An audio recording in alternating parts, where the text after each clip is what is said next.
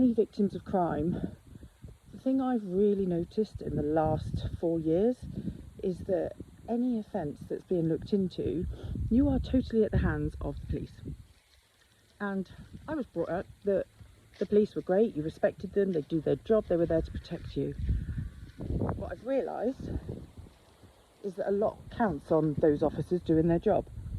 And if for any reason they don't, there's no one holding them accountable. So even though there's like the Peel reports and the His Majesty's Inspectorate going and testing and checking and doing research and then launching reports and putting people on special measures, what happens to all the victims that were affected during those years that they were doing stuff that they shouldn't have been doing and then weren't investigating crimes? And I think ultimately the CPS get a bad rap, and what I've discovered is it's not all down to the CPS. I believe that police are responsible, because even if a victim was to send their evidence direct to the CPS now, currently in this system, they won't accept it. Just not possible. It has to be sent by the police.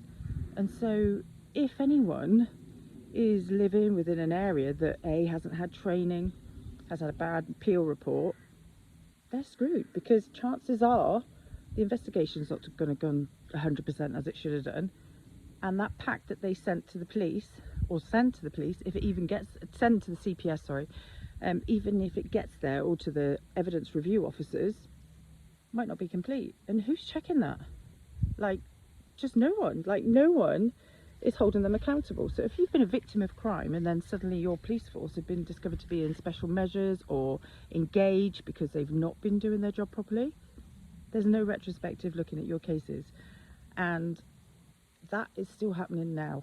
And I think, you know, we need to learn a lot from the rape gang inquiry, but also realise that this is not just historical. This is still going on across the UK, well, England and Wales specifically, because that's our law, and things need to be changed. And the Victims Commissioner is right. There needs to be accountability, and somewhere along the line, victims need to have equal rights. And right now, they don't.